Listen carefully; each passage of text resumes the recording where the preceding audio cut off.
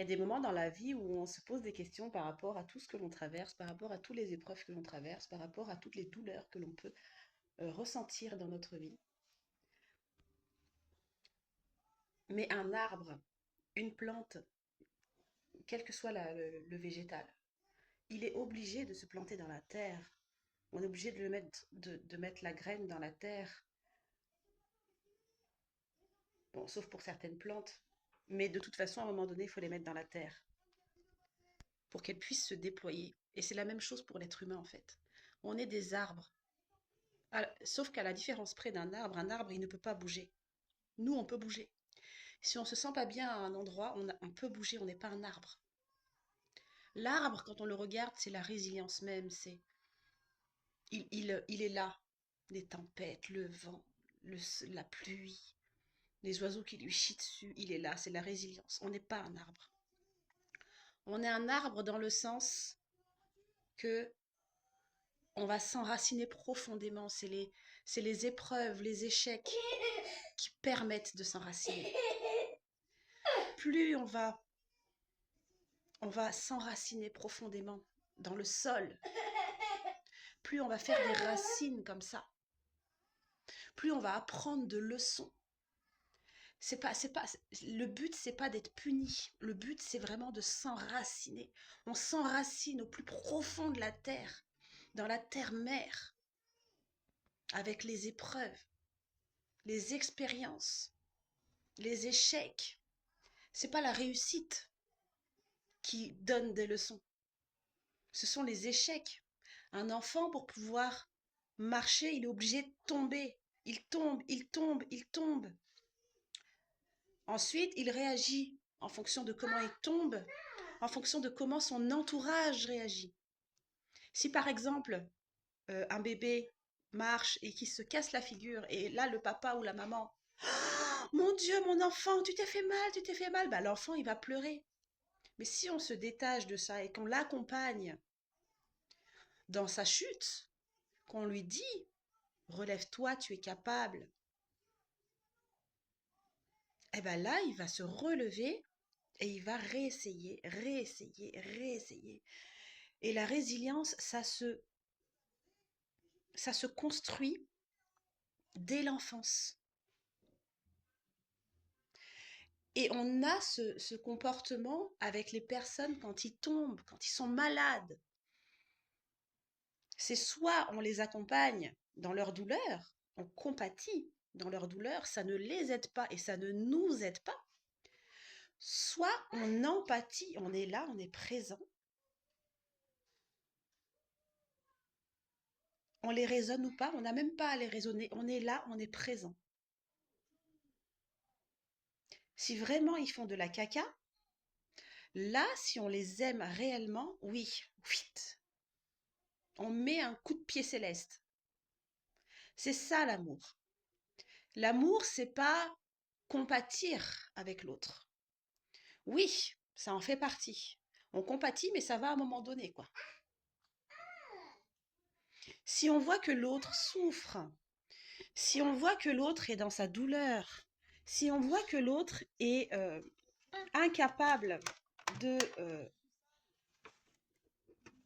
de voir ce qu'il est en train de faire de sa vie, c'est important de l'amener à réfléchir, l'amener à se poser des questions. Pas lui donner des conseils, pas lui dire tu devrais faire ci, tu devrais faire ça.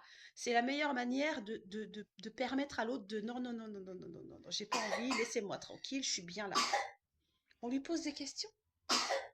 Est-ce que tu es heureux? Est-ce que tu as vraiment envie de t'en sortir? Est-ce que tu as des rêves? Il y a des questions qui sont très douloureuses, comme les personnes qui sont là-haut, là. Mets-toi à leur place, ils te regardent. Qu'est-ce qu'ils pensent de toi là, maintenant, tout de suite? Il y a des questions qui sont nécessaires à se poser parce que on n'est pas là pour souffrir, on n'est pas là pour subir. On est là pour vivre, on est là pour contribuer à l'humanité de la manière dont on le souhaite. Plus on va rester dans la souffrance, individuelle, plus l'égrégore de souffrance planétaire va s'entretenir. C'est là il n'y a pas de 3D, il n'y a pas de 5D, il n'y a pas de 6D, il n'y a pas de... On crée tous son monde en fait. Et il y a des personnes qui... Il y a des personnes qui sont dans la souffrance, du coup elles sont dans un monde de souffrance, de guerre, de lutte, de contre, de je suis pas d'accord, de plein de choses comme ça. Même si la colère, c'est quand même, c'est quelque chose qui est important, mais quand la colère, c'est important quand on est en phase de guérison. Quand on a compris qu'il n'y a aucune colère à avoir, pour rien du tout, il n'y a aucune culpabilité à avoir pour rien du tout. Là, par exemple, là, je regarde chez moi, bah, le sol est pas propre. Avant, je me serais dit, ah, l'extérieur est à ton image. Mais j'ai pas envie de laver le sol, là. J'ai pas envie. C'est pas pour autant que je vais culpabiliser. Quand j'aurai l'élan de nettoyer, je nettoierai.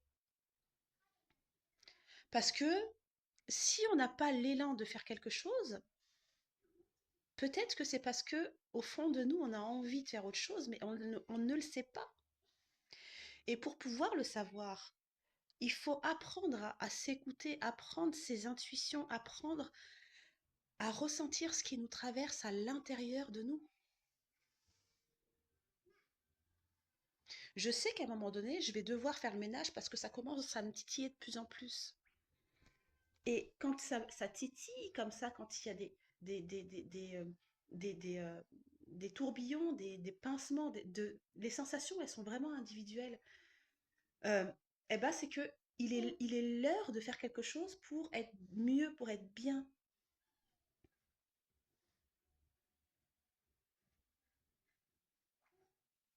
Apprendre à rester dans le silence, à rester dans l'écoute de soi.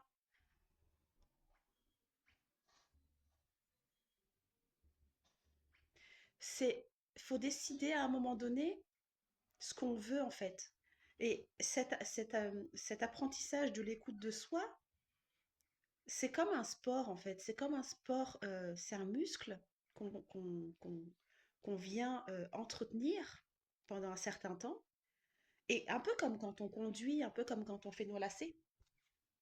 C'est pas quelque chose qui est à faire toute notre vie en fait, cette musculature de l'écoute de soi. C'est on se donne un temps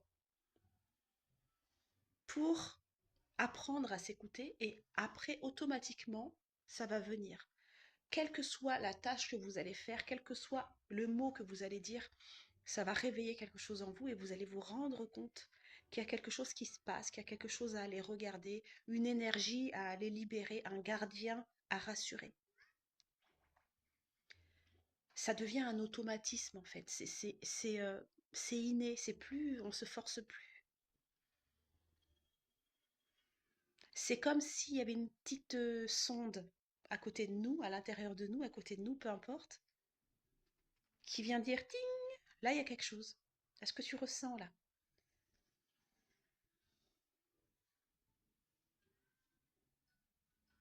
Et là j'ai une image qui me vient, donc je vais le dire par rapport aux émotions, par rapport aux pensées, par rapport aux croyances. C'est un peu comme notre cercle d'amis en fait, notre entourage. On a le droit de choisir notre entourage. Famille ou pas famille, on a le droit. Si ça ne vibre pas, on a le droit. Parce que le plus important, c'est nos énergies à nous, c'est notre bien-être à nous. C'est ce qu'on a envie de voir dans notre vie à nous. Si quelqu'un ne vibre pas à la fréquence que j'ai décidé, c'est pas décidé. Si je ne sens pas l'autre, même si c'est de la famille, bah, j'ai le droit de m'éloigner en fait. Et ben c'est exactement la même chose, les émotions, les pensées, les croyances. Si je ne sens pas cette pensée, si je ne sens pas cette croyance, eh ben j'ai le droit de m'en éloigner. En fait, les croyances, les pensées, c'est comme si vous les enlevez là, elles ne vous appartiennent pas. C'est des compagnons de route. Il y a des haters et il y a des fans. Et il y en a qui sont neutres, qui veulent pas se mouiller. Et bien c'est exactement pareil. On embarque les personnes avec qui, enfin les émotions, les personnes, enfin c'est pareil, avec qui on veut évoluer en fait. Et on peut changer à tout moment. On a le droit de changer de compagnon de route à tout moment. La seule personne qu'on ne peut pas virer, c'est nous-mêmes. Tant qu'on est en vie en tout cas. La seule personne euh, sur laquelle on a le plein pouvoir, c'est nous-mêmes. Les pensées, les croyances, les émotions, les personnes, on a un pouvoir décisionnel. C'est pas du plein pouvoir. C'est qu'est-ce que je veux. Je m'affirme pas, j'ai peur, j'ai pas peur, qu'est-ce que je veux? Est-ce que je veux continuer à côtoyer des personnes qui sont négatives, qui me tirent pas vers le haut, qui sont dans un esprit de bassesse? Ou est-ce que je souhaite côtoyer des personnes qui sont dans la joie de vivre, qui ont des ambitions, qui ont des rêves, qui ont envie d'aller plus haut, comme dirait Tina Arena? Pour aller plus haut! Et pour aller plus haut, comme elle dit dans la chanson, où l'on oublie ses souvenirs. Aller plus haut, aller plus haut, se rapprocher de l'avenir. C'est on laisse le passé. Le passé, c'est une histoire. Ça, je le redirai beaucoup, beaucoup, beaucoup. C'est une histoire qu'on s'est racontée et auquel on a envie de croire parce que on a besoin de comprendre certaines choses, on a besoin de toujours vouloir comprendre pourquoi j'ai eu ça, pourquoi j'ai agi comme ça, pourquoi il ou elle a agi comme ça avec moi, pourquoi j'ai agi comme ça. On n'a pas besoin de comprendre. C'est quelque chose qui est important aussi à faire, c'est cesser de vouloir comprendre. Parce que c'est le mental qui se nourrit de ça. Il est super content, il a besoin de ça. Laissez parler votre voix intérieure. Laissez parler cette petite voix-là que vous entendez quand vous lisez quelque chose. Qui sait? D'où elle vient, cette petite voix? Où elle est? Tout le monde entend une petite voix. Qui est-ce qui me souffle ce que je dois dire là, maintenant? C'est qui? Elle est où? C'est qui? C'est une personne? C'est une chose? C'est quoi? Ça, c'est des questions à se poser aussi dans le calme. On ferme les yeux, on se pose cette question. Qui suis-je? Où suis-je? La réponse va être automatique. Et il n'y aura pas à chercher à comprendre non plus. Ça va vous ouvrir des horizons pas possibles. Ça va vous ouvrir une impossibilité, une infinité, une impossibilité, n'importe quoi, une infinité de choix.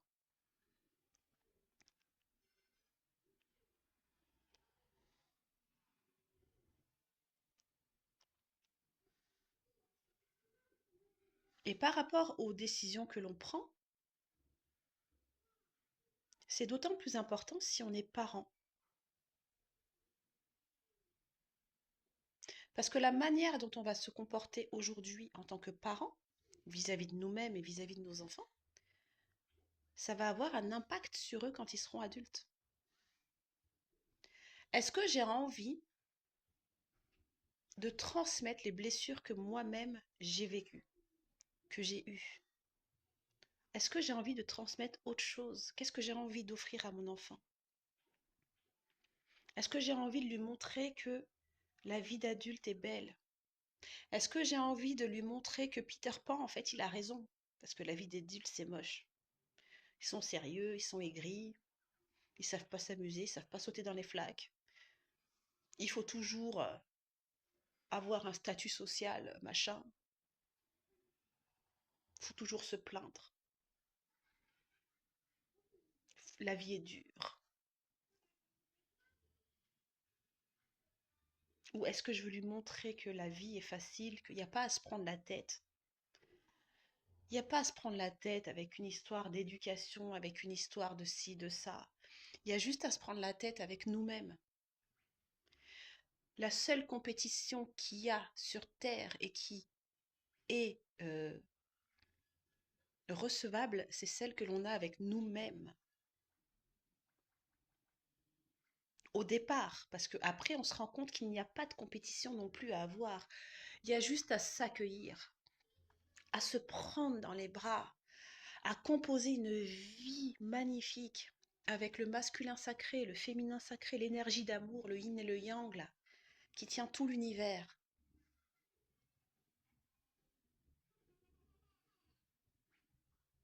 Il n'y a pas d'enfant intérieur, il n'y a pas d'enfant de la paix, comme je l'appelais moi pour me redorer le truc. Il n'y a pas ça. Il y a.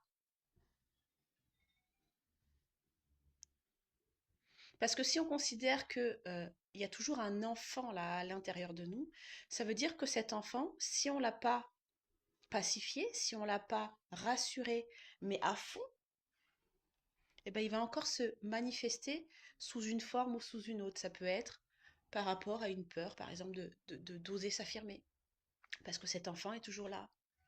Et l'enfant de la paix, ça connote beaucoup de choses chez moi, quand j'appelais cet enfant de la paix, c'est que cet enfant de la paix n'osait pas. Il est là pour la paix, donc moi non, je veux pas de conflit, je veux pas m'affirmer, je veux pas gagner d'argent, non, non, non, non, non, non, je suis là pour la paix. Il n'y a pas d'enfant de la paix. Il y a un être humain. Point. Le divin, la matière, hop, équilibre.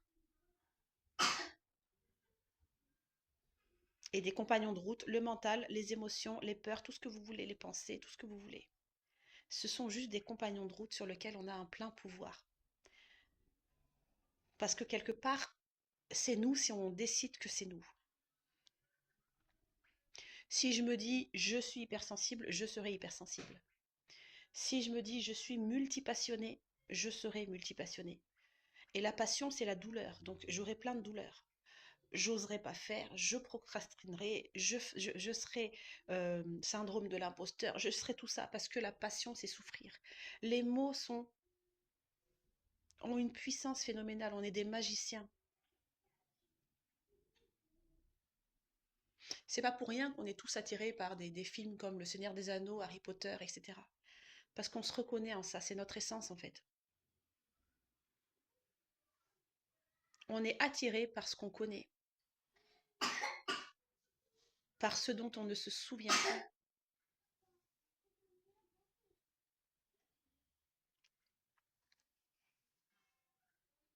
Il n'y a pas de voile de l'oubli.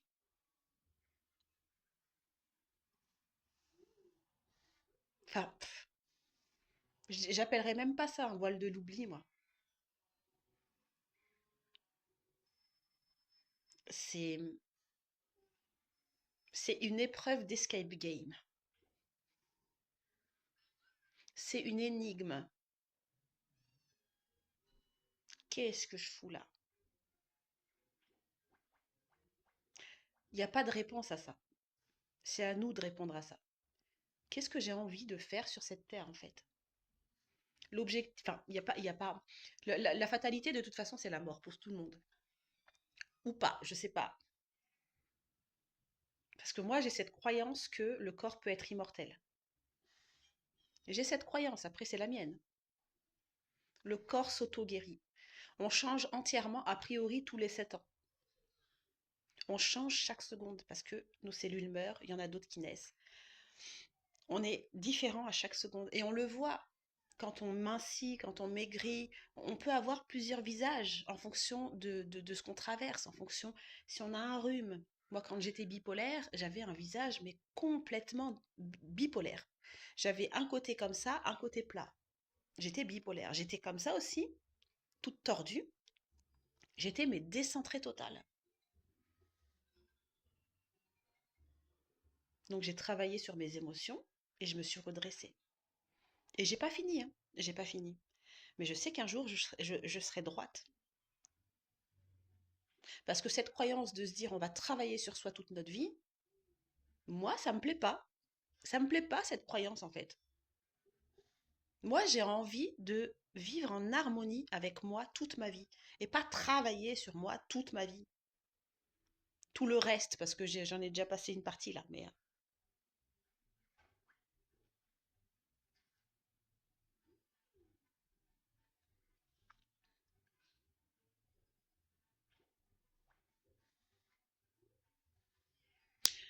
bon, alors vous pouvez me suivre sur mon site internet Sabrina Collinet, comme une petite colline avec un T.com. Il y a des e-books téléchargeables, enfin, c'est offert. Là, je suis en train d'écrire un livre pour vous donner des protocoles pour pouvoir vous libérer émotionnellement. Donc, il sera disponible sur Amazon. Il y aura pas de notions scientifiques, il n'y aura pas d'explications, il y aura des protocoles. Comme ça, chacun peut être autonome, chacun choisit l'exercice qui lui convient, chacun fait comme il veut.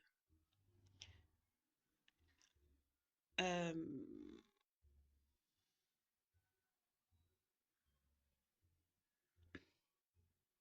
et puis, ben, les trésors de Noélia, Noélia, Noelya sur Instagram. Je vous dis à bientôt.